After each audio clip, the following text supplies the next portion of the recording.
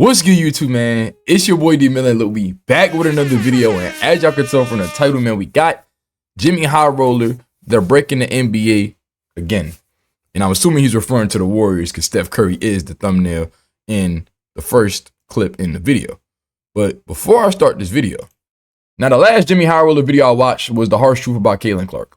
Yes, shout out to y'all. I appreciate all the comments, the likes, and the support on that video. But the one comment that stuck with me was, dude was like, you're talking over Jimmy, you know, if you're gonna talk, pause the video. I'm unsubbing, I'm taking away my sub. I came here to see your reaction to this. Now I'm leaving and I'm unsubbing. Now, first off, Brody, I don't care. If you came here to get like a reaction, like some, like, I don't know, like, you're not going to get that out of me. You know what I'm saying? I appreciate the support at the end of the day, but it's a reaction video.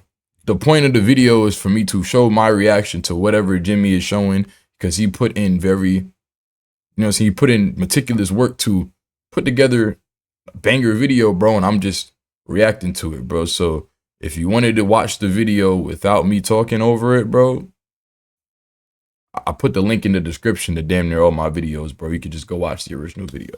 However, I will take a part of your, you know what I'm saying, advice. So if I do have a comment, I'm going to just pause the video and let y'all go ahead and watch the video. So you know what, without further ado, let me get off of that. It's just something like the next JxmyHighroller video I made, I just wanted to address that instead of replying to your comment. Because honestly, bro, it wasn't really no reason for me to reply to it.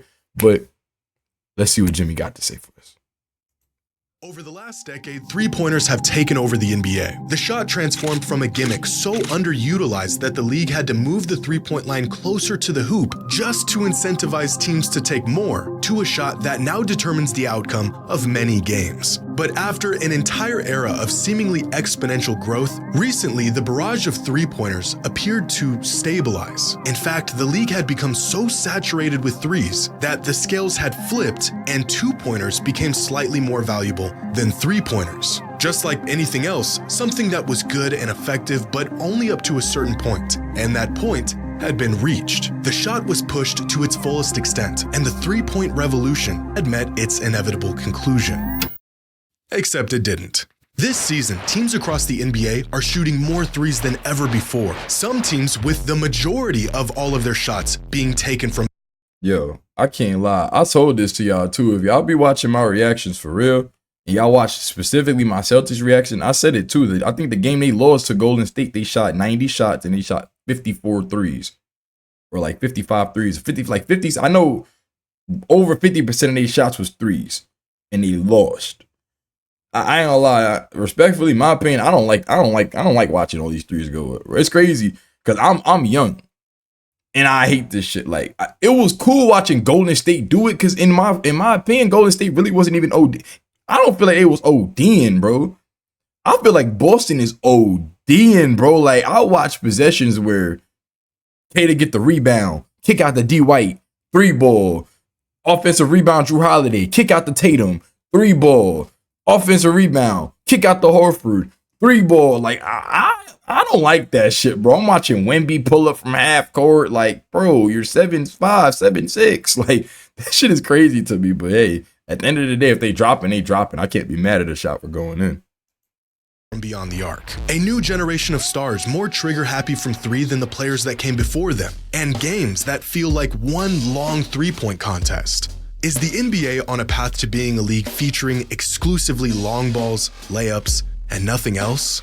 Well, in 2015, right about the time the league began to shift away from the basket, Steph Curry attempted 8 three-pointers per game, the highest total in the league that season, and just the 5th player in NBA history to attempt at least 8 threes a game. By the next season, 3 other players joined him as ultra-high-volume three-point shooters. But by 2020, the number of players across the league attempting at least 8 threes a game jumped to 15. The three-point revolution was long in effect by this point, and this is why I put Steph in a class of his own, because Steph never shot this many three. Like, bro, Harden is like on the top of these lists, and its efficiency is nowhere near that. That's why, honestly, I feel like Curry will never be touched in and of the fact that, bro, Curry stays, he hovers around this 11 mark. That's what you could basically say about, he hovers around this 11, about 12, you know what I'm saying, about this 12, 11 mark. And Curry shoots what at a 40, what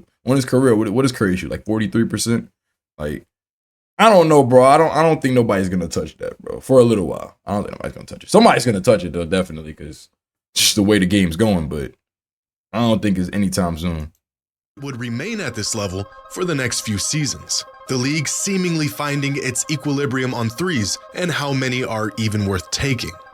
Until this season, where there are 24 players in the NBA who are attempting what was once considered a historic amount of threes just a decade ago. Something is changing in the NBA right now. Are we nearing the end of the three-point era, or are we just getting started? We're just getting started, Jimmy.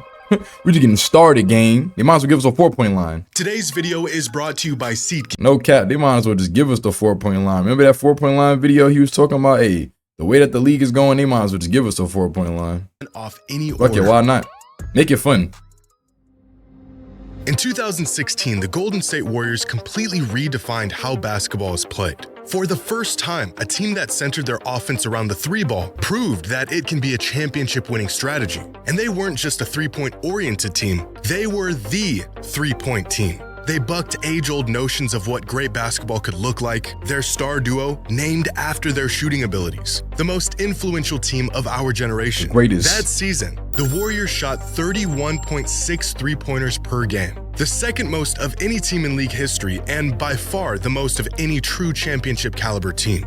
This season, every single team in the NBA attempts more threes a game than the 2016 Warriors did. Their influence reshaping the league. Now, Jimmy, please show me the efficiency. Please show me the efficiency, because yes, Golden State was pulling 31 threes a game, but I guarantee you like 17, I ain't gonna say 17 because 17 is crazy, but at least 14, 15 of them shits was dropping, bro. Like, I want to know how many a game was being hit versus the Celtics that shoot 51 freaking threes a game. And the Hornets shoot 44. You know why the Hornets shoot 44? Because Melo shoot 33s a game. Bro, Melo shoot, nah, he don't shoot 33s a game. He shoot 30 shots a game, but Melo shoot like 23s a game. Like, bro, like, that shit is crazy. Where's the Spurs at? I know the Spurs, nah, Spurs probably not that high. Spurs right here. Yeah, Spurs right there, but yeah, the Bulls. Like, even the Warriors this year shoot hella threes, but that makes sense though. Buddy, Steph, Moody, like, that makes sense, bro. But it's just crazy, bro. Even the Nets, we shoot hella threes too. I ain't gonna lie, we do shoot hella threes. Far more than anyone could have anticipated. But teams aren't just shooting more threes than ever before. They are approaching the point where the majority of all shots taken in a game are three-pointers. Here's a game between the Hornets and the Celtics. And with 10:36 left in the third quarter, Jason Tatum attempts a three. The Hornets come back and attempt a three as well. Celtics turn it over, Hornets attempt a three. Celtics come down and attempt another three. Hornets come down and attempt a three, followed by a Celtics three, followed by a Hornets three, followed by another three. Celtics switch it up for a moment with a layup, and then right back to a Hornets three. Turnover, Hornets three, Celtics three, Hornets three, Celtics three. This was a real sequence in an NBA game. But I told y'all, this shit is weak, bro. This actually happened. A 4-minute stretch where both teams combined for nearly 14 consecutive three-point attempts if it wasn't for an easy layup at the rim. This is insane, and it's not even out of the ordinary this season. Here's another sequence between the Celtics and the Knicks. Now, this was already a blowout, so you never know what you're gonna get in these situations. But how about a three ball followed up with a turnover, another three ball, and another three ball, and another three ball, another turnover, three ball, turnover, three ball. Oh look, there's a layup. And then back to another three ball. Wasn't this when they were trying to break the record though? And a three ball, and take a. But okay, Jimmy, okay, this is cherry picked because ain't this the game that they was trying to break the 33-point record though, the 30 ball? I ain't lie, it's a cherry pick stat though, Jimmy. I see what you did here. See, you didn't put context. They was trying to break the single game record, and then I think them boys missed every single three in the fourth quarter because they couldn't. Yeah, I think that's what it was. So yeah, I got a lot, Jimmy. You did. I got a lot, Jimmy. Low key, you didn't give context. You give proper context with this one. This is game one of the season. A three ball.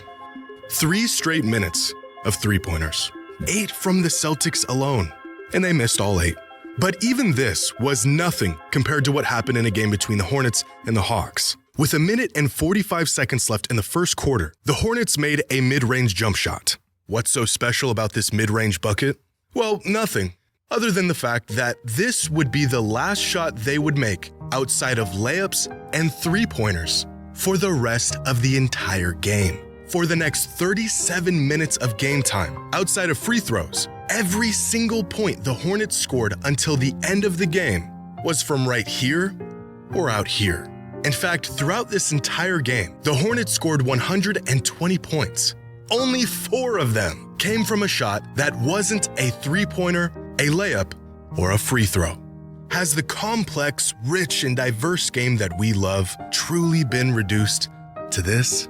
It certainly feels that way at times. Through 100 games so far this season, a whopping 42% of all field goal attempts have been from beyond the three-point line, a total that has nearly doubled since 2012. Sometimes it feels like we're watching one big three-point contest, because at times, we are. In fact, at the current rate the league is going, which may or may not continue, half of all shots taken in an NBA game will be three-pointers by the 2032 season. But it's not just that teams are attempting more three-pointers. Teams have regressed to taking only the best, most efficient shots on the court. Three-pointers, layups when they're available, and hardly anything in between. Excluding free throws, 86% of all points scored from NBA teams this season have been from beyond the three-point line or within 6 feet of the basket. 20 years ago, only 65% of all points were scored from these zones. Now, this upward trend of near and far and nothing in between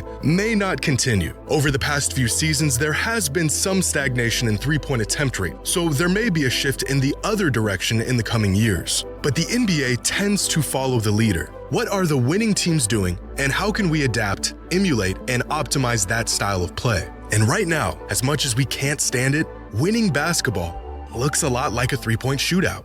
Bro, in my opinion, bro, if I was a young dude, well, I'm young, but if I was like trying to go to the NBA, bro, I would pride my game on not shooting up. Like, what's crazy, I find like it's crazy because I remember back in the day when I was watching DeMar DeRozan. I know a lot of y'all probably did watch DeRozan in Toronto, watched him in, you know what I'm saying, in Chicago, but more, I'm gonna say more Toronto DeRozan.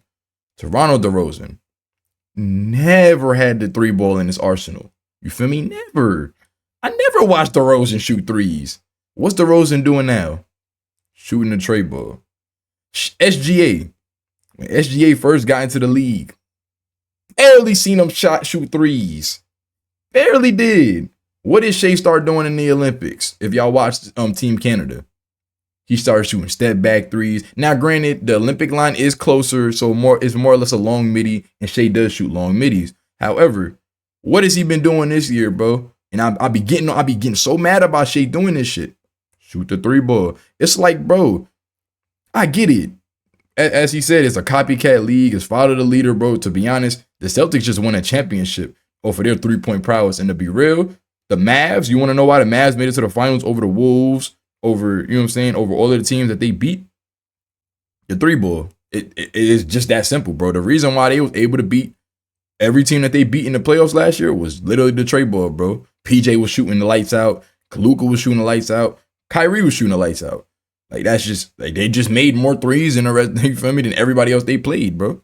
Like, if they went cold, like the Celtics, the two series is that the 2 games that they lost, or they lost 3 games total in the last year's playoffs. They lost 1 to Miami, and then 1 to Cleveland. You want to know what the reason why they lost them games to Cleveland and Miami was? They had anomaly shooting games. I think Miami shot like 50 from the 3 line the game that they beat them, and I believe it was the same thing with Cleveland, and Boston was broke. So it's like, I mean, I don't know how you, I don't know. I don't know, man. Maybe I'm just looking at it like it's a problem. Maybe it's not a problem, but it's like, bro, I don't feel like nobody's showing a bag, bro. Like, show me your bag, bro. Like, get to the mid-range, post up, like. But it's just not efficient, bro. As I said, we live in an analytics era, bro. And I think that's detrimental to the game. In my personal opinion, I think analytics ruin sports, bro. Because it's just you looking at it from a numbers perspective and not just to getting a bucket. At the end of the day, I look at it like a bucket is a bucket, bro. I'm not trying to watch, like, at the end of the day, 3 balls, like that takes stamina, bro. Like 3 balls lead to long rebounds. Long rebounds leads to, you feel me, guards getting rebounds. Your center is not really being real effective in the paint. If you're not playing with a stretch big, it's kind of like you playing at a handicap, bro. Like, hey man, hey, the NBA is gonna be the NBA. I'm gonna watch this shit, bro. But I can't sit here and say like, I'm really enjoying it though.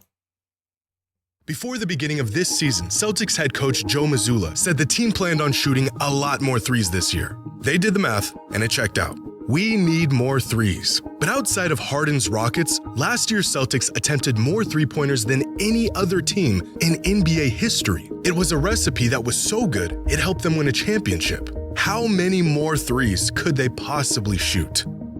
51. This year's Celtics are shooting 51 three-pointers per game. That is 56% of all of their field goal attempts. Arguably the best team in the league, coming off of a championship, is shooting 6 more three-pointers per game than any other team in league history. But are three-pointers and the sheer volume of them really a recipe for winning basketball? Is this truly the future of the game and what teams will need to do to compete? Well, so far this season, teams that win the three-point battle, when they score more net points from three-pointers than their opponent, have won 72% of the time. And this one metric has been more indicative to winning than just about any other. Last season, there was an 85.6% correlation between three-point percentage and winning percentage, the strongest correlation between the two variables in NBA history. Make more three-pointers, greatly increase your odds of winning the game. But that's pretty obvious. Of course, making more threes will better your odds. We have seen massive underdogs win games by pouring in three-pointers and hitting more than they probably should have. Will teams eventually reach the threshold of three-pointers that are worth taking in a game? Or is the shot just so valuable that we will inevitably see a league that finds no value in taking any shot outside of the long ball? There must be a sweet spot between shooting exclusively threes and no threes, where we will eventually see the limit of good, viable three-pointers. Oddly enough, the league may have already met that limit. As previously mentioned, three-pointers used to yield more points per shot than two-pointers for many years. Teams eventually figured this out and they capitalized on it. But this inadvertently led to two-pointers becoming more valuable. As teams focused their defensive efforts on stopping the three ball, they got spread thin, the rim opened wide up, offenses got rid of long mid-range jumpers, and for the first time in over 3 decades, two-pointers produced just as many points per shot as three-pointers. How do we know if or when teams are shooting too many threes? Well, intuitively, it would be at the point where three-pointers lose their statistical advantage over twos, which has already happened. The problem of too many threes has already statistically corrected itself. But despite this, the Celtics and many other teams are committed to shooting more threes than they previously did. They are aware of the data, and they still decided that upping their three-point rate is the answer. Steve Kerr has said that it would be hard for the Warriors to compete without shooting a high volume of threes. Mike Budenholzer said he thinks the sport is in a good place, and that threes create more space to be more athletic and dynamic going to the basket. Devin Booker, a player who utilizes and values the mid-range game as even my son D-Book don't even shoot middies no more. D-Book just shoot the tray ball. On me, D-Book, another example. He's a great example. My nigga D-Book was one of the best mid-range scorers in the NBA. I don't even see him shoot middies no more. Like, bro, this shit crazy. D-Book, yeah, I forgot about D-Book. I said shade, but D-Book is a perfect example. As much as any player in the league, said the volume should be up. Attempting the three-point shot, not even making it, stretches out the defense and opens up better looks throughout the game. Teams know that the two-pointers today aren't as valuable as they are in spite of threes. Two-pointers today have become so valuable because of threes. As Devin Booker stated, even when they aren't going in, the spacing and ball movement that three-pointers provides to teams creates an incredible advantage compared to any other shot. In fact, it's no coincidence that points per shot on two-pointers began to climb rapidly at the same exact time as the three-point revolution. When you force teams to guard the 3, you also force them to give up the 2. This whole time, we've been watching these games thinking teams are shooting way too many threes. And all along, they weren't just shooting threes because they're worth more points. They've been shooting more threes to create more points in other areas. The direct benefits of volume three-pointers actually plateaued quite a while ago. Teams aren't yielding more points per shot on threes today than they did a decade ago. But the indirect benefits of volume threes continues to grow the more teams make and take them, which means, in theory, the number of threes we're seeing teams take could continue to climb, despite the fact that they are already at the peak of their direct statistical advantage. But just how much further could this go? Well, this is where things get really interesting. If we ignore the caliber of teams and the efficiency of their shooting and just look purely at volume, then through over 100. That's what I want to know. That's the, I don't know if he's going to address this in the video. I want to know, like, statistically, okay, the Celtics are shooting more threes than the 2016 Golden State and the Rockets teams of them days. But are they making as many threes as they was, or not making as many threes as, or are they shooting a respectable percentage from 3? But I guess maybe, but then again, D-Book said it though. It ain't about making it. It's just about pulling it and opening up the court. So shit, they probably don't shoot as good as Golden State did. That's the reason why I say it wasn't really too much of a problem with Golden State, because hell, they was making them. The only time I really seen it shoot somebody in the foot was again, the Rockets and Golden State series in the conference finals a couple years ago when Houston missed 27 straight threes and lost them the game. If they didn't shoot 27 straight threes, he probably would have upset Golden State and ended that dynasty a little bit earlier than it eventually ended. But I don't know. That's the one thing I want to know. I want to know percentage wise. You feel me? Like, he's showing win percent, but I want to know, like, are they shooting? You feel me? Like, what percentage are they shooting? So far this season, teams have found by far the most success when they shoot somewhere between 46 and 52% of all of their shots from beyond the arc. This season, when teams put up a three-point attempt rate between 46 and 52%, they have won over 70% of the time. Meanwhile, teams that shoot at a rate outside of this hypothetical sweet spot have won just 48% of the time, which means despite as many three-pointers teams are shooting, statistically, they may still not be shooting enough. And it may only be a matter of time before teams use this information and slowly creep towards this rate of 50% of all of their shots. Man, Jimmy, no, bro. They not breaking the NBA. You breaking the NBA. You the problem, Jimmy. I just found it, bro. Jimmy, you just did all the research for them, bro. You know what I would do, bro? If I was one of these young dudes, you feel me, like rookies or something, I'm a Jared McCain or goddamn, I don't know, like any of these young dudes, Dalton Connect, Bronny James, whatever the fuck. And I'm on, you feel me? I'm on YouTube. I probably watch Jimmy. I probably grew up watching JxmyHighroller. Yo, coach. Yo, JJ, you seen this? Yo, look at this video right here. It's gonna help y'all out. I know. Shit, I think they shoot too many threes now. I bet you, Jimmy, you said it right, but they gonna be shooting shit way more threes, bro. It's only gonna get worse. Bro, and then wait till the W do the same shit. the W gonna shift in that the college game.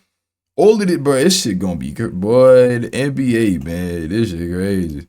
Consisting of three-pointers. Last week, Nick Wright had a great monologue discussing the advantages of volume three-point shooting and how teams who can design an effective offense built around them have an incredible statistical advantage. The league needs to change some rules. They have finally figured out it's not only that 3 is worth more than 2, it's that 3 is worth a lot more than 2. Because there is a 50% premium on three-point shots, the smart way to play is probably what the Celtics did on opening night. Shoot 60 of them things. That is the best strategy. That is also terrible television. And I love the league. I love it. But this is not sustainable. At its core, the NBA is at its best when dudes are flying over people, meeting them at the rim. Hanging out at the three-point line, hoisting 30-footers is not good TV. And you are going down a path where the games are less compelling television and the fans are worried, do the players even care? It's just a warning to a league I love. You are playing a dangerous, dangerous game. If what the Warriors did in the mid-2010s broke the game of basketball, then teams today are eviscerating it. They have essentially cracked the code. Decades of experimenting with different schemes and offensive designs and player personnel through trial and error has led teams to the correct answer. Nothing beats a bunch of good looks at three. It may not be pretty. It may lack the nuance and diversity that we used to see in the league, but it has been proven to be the most effective method of winning basketball games. How much further can this possibly go? Well, fortunately, there seems to be an upper limit to the ideal volume of threes before the returns become diminished. That limit is probably about 50%. Unfortunately for us, the NBA is still nowhere near that limit. Damn. So we not even at the max, bro, and it's only gonna get worse, bro. Everybody. So if the Celtics is shooting what they're shooting, bro, everybody in the league's about to end up shooting like that, bro. That's crazy. I mean, you could say Golden State ruined the NBA. I mean, I ain't gonna lie. I can't say they ruined. I mean, I ain't gonna lie.